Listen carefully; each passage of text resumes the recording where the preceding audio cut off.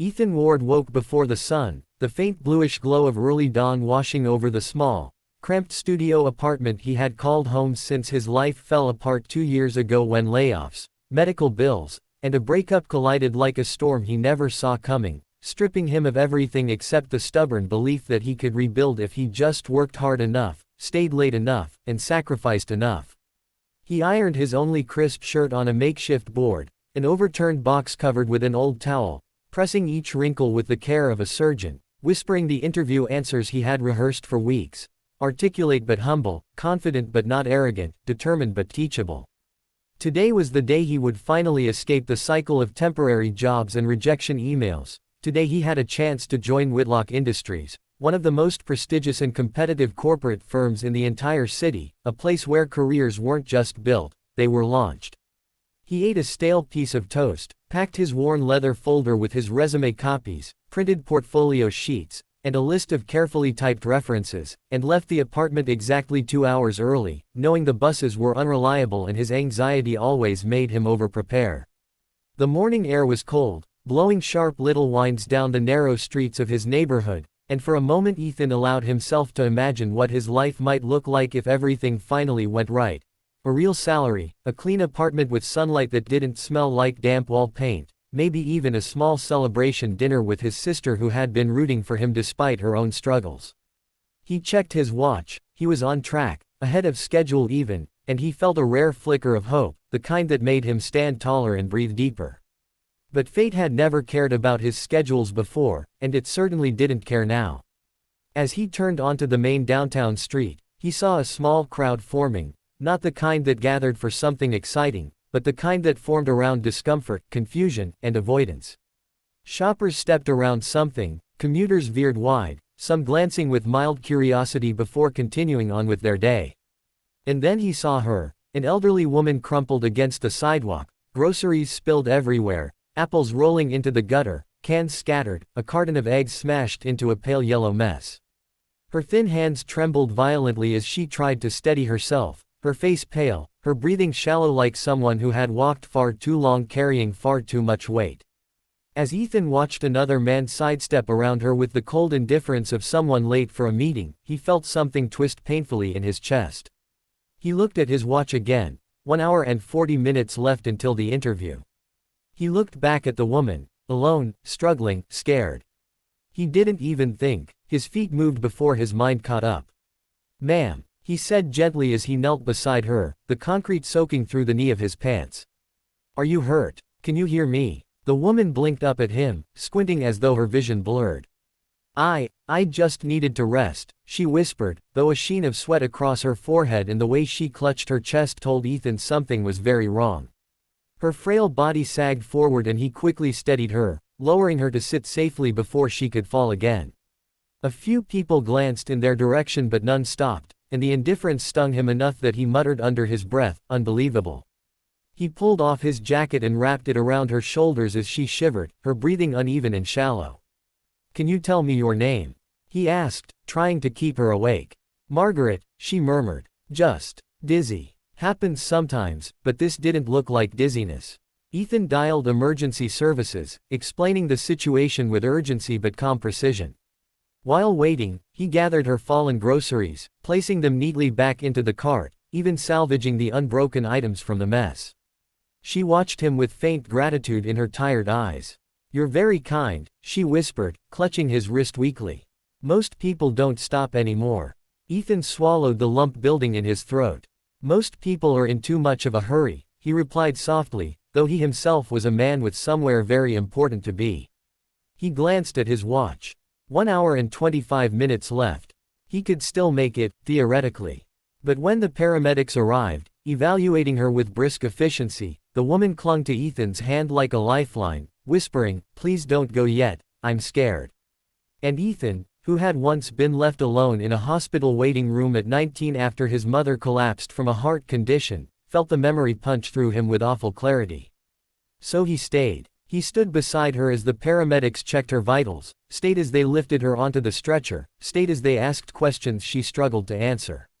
"You're a good man," one of the medics said to Ethan, nodding with respect before climbing into the ambulance.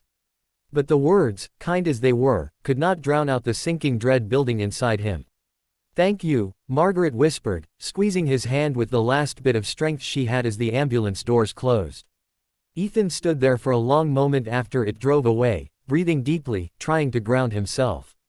He looked at his watch.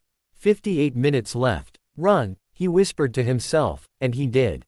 He sprinted across intersections, dodged crowds, and boarded a packed bus that smelled of wet coats and exhaustion, squeezing into a corner as rain began tapping against the windows like impatient fingers.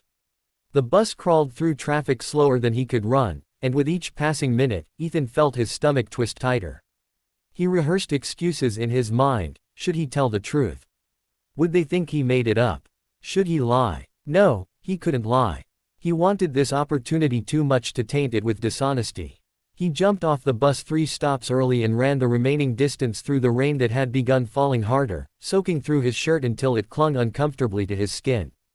By the time he reached the towering glass building of Whitlock Industries, modern, pristine, intimidating, he was breathing hard, dripping wet, and painfully aware that he looked nothing like the polished candidate he had hoped to be. He checked the time. 38 minutes late. His heart sank. He approached the front desk where a receptionist with immaculate hair and a sympathetic face looked up. "Interview for the junior analyst position?" she asked before he even spoke, recognizing the defeated look. Ethan nodded, trying to hide how breathless he was. I'm so sorry, I had an emergency." A woman collapsed. She raised a gentle hand, cutting him off. "I believe you," she said kindly. "But the panel left 20 minutes ago. They can't extend interviews today. The position is expected to be filled by end of day." Ethan's throat tightened. "Is there anything I can do? Maybe reschedule?" She sighed softly. "I can leave a note for them, but I can't promise anything." Ethan thanked her, voice small, and walked back into the rain with shoulders heavy as stone. He stood under the awning of a bus stop, watching his reflection ripple in the puddles, damp hair plastered to his forehead, shirt wrinkled and wet, folder sagging with moisture. "You did the right thing," he whispered to himself, but the words didn't feel reassuring. Doing the right thing didn't pay rent, didn't impress hiring panels, didn't change his situation. It just hurt. The bus arrived with a hiss, and he stepped inside, sinking into a seat with the kind of exhaustion that wasn't physical but deeply, bitterly emotional. He stared out the window, watching the city blur into streaks of gray and silver. Then his phone rang. An unknown number. He almost ignored it, assuming it was another automated message about bills he already knew he couldn't pay, but something told him to answer. "Hello," he said, voice rough. A calm, poised female voice answered on the other end.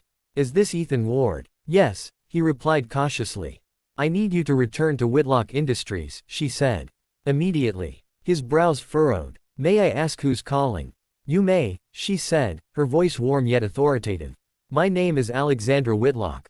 Ethan froze. Whitlock, like the building he just left. Whitlock, like the name on the company banner that towered above the city.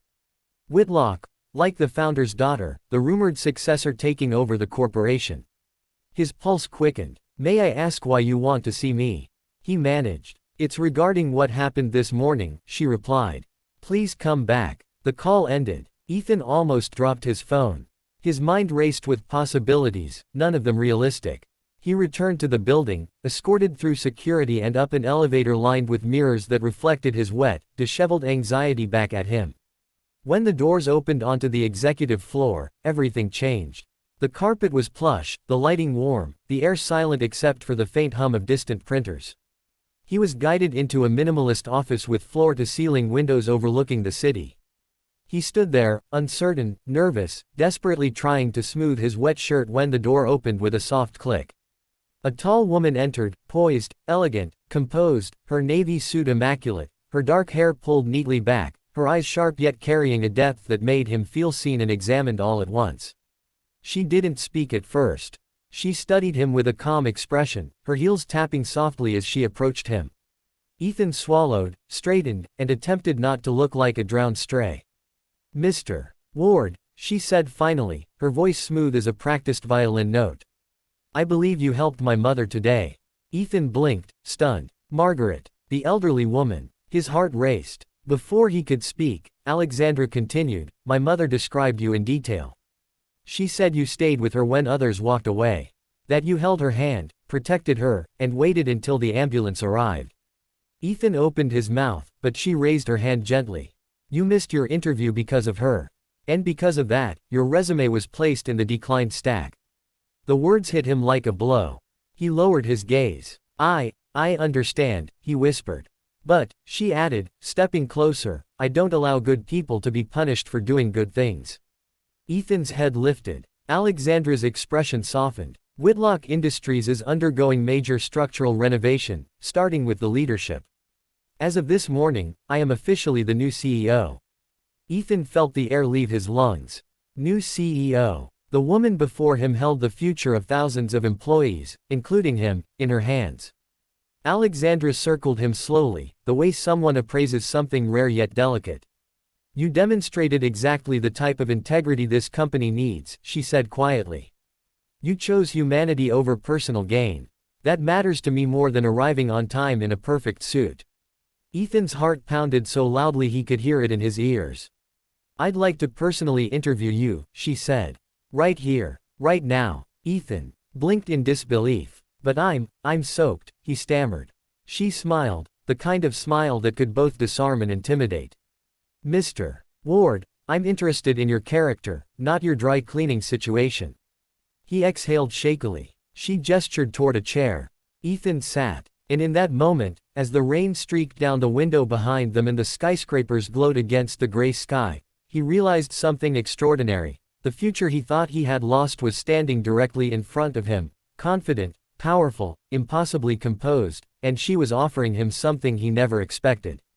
A chance. A beginning. And unknowingly, the first spark of something far more complex, far more dangerous, and far more life-changing than either of them could yet understand.